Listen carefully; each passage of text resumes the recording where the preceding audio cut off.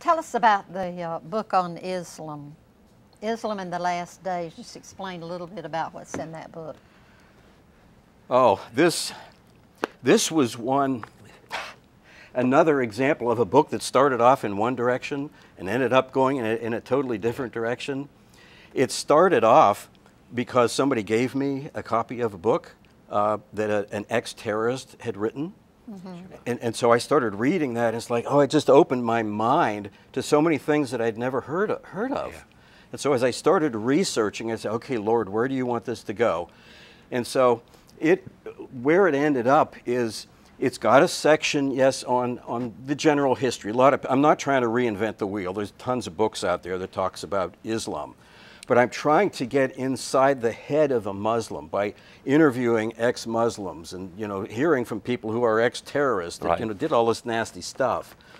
And finding out, did a lot of research on this. There's like 40 different sources that I used for this. And finding out, why do they think the way that they do?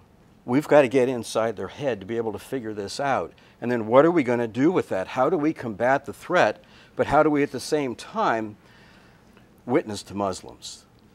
We are still called to witness to them. Right, so, exactly. But the second, the middle part of this was, to me, the most fascinating part, which is why it's called Islam in the Last Days, because a lot of people want to know, what is the role that Islam is going to play? Yeah. It used to be 30 years ago, you didn't even think about it because you just didn't hear about it. It was a non-factor. But then if you look at all the biblical prophecies, especially in Ezekiel, you find that every nation that Christ conquers when he returns is a Muslim nation. Right. So it's like something's going to happen here. And with the way Europe is being Islamicized, yeah, right. We have got to take another look at this.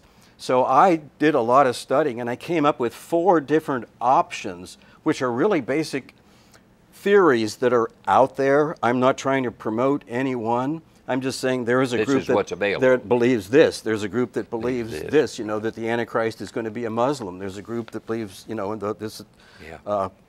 the inner circle view with the Illuminati and all that. So all I'm asking people to do is to read through that with an open mind and say, the truth is in the Bible. But sometimes it's hard.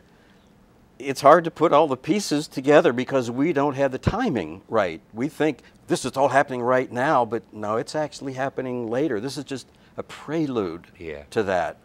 So I think people will find that it's a fascinating journey out of their preconceived ideas of the role that the church in Islam is going to play. And so it's just, I don't know. When I started, I thought it was this, but then by the time every time I did another chapter, it was like, I think it's this one. Then I do the next chapter. Oh no, I think maybe it's this one. Yeah, I see what, And so it's like every one of them has things to maybe suggest that there's some truth in it. I tell you, when I read through that, I get that, and because I like the way you worded it, because you said option 1, the traditional Western view. And I thought, well, and that's true, and this is what we in the West think. America is a great country, it's the best country in the world, but they have some outdated ideas sometimes about who we are. And well, I think most of us, this is all we've ever been taught. That's right. And I'm not saying it's wrong, but I'm saying some of the players might be different. We think, oh, the beast, it's a revived Roman Empire, and it's, the 10-nation confederacy and this and that. Well, the way Islam is playing out, that may be true, but it may be an Islamic confederation, by the time it comes around, the way that we're going. And so we've got to look at this and say, the whole thing. And it could always compare it to the Word. Compare it to the Word. That's the guide. You can't look at it at the world and try to make the Bible conform to that. You got to go by this. And if you got something in your belief, something that just doesn't, mesh with that, then you better scrap that belief. That's why I always like to call this the manufacturer's handbook. It is. You go to it. You don't go to something else. Yep. And then the other one you talked about with the Muslim Antichrist view, then the Catholic conspiracy view, then the inner circle view, and that's the Illuminati and all of that. But I could see those And you need to see all of them, and as you read it, I read all of those chapters because I wanted to see what you were getting at, and then go back and look at what the Word says. And you see that none of those views are totally true, but yet, like you say, there's some of them have some points. Right.